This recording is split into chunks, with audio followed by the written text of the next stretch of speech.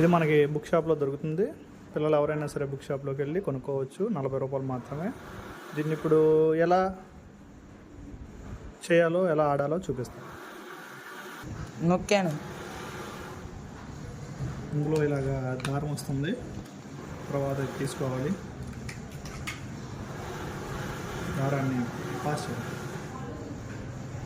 చూసావా? అలాగే వదిలేసా. అలాగే వదిలేసా.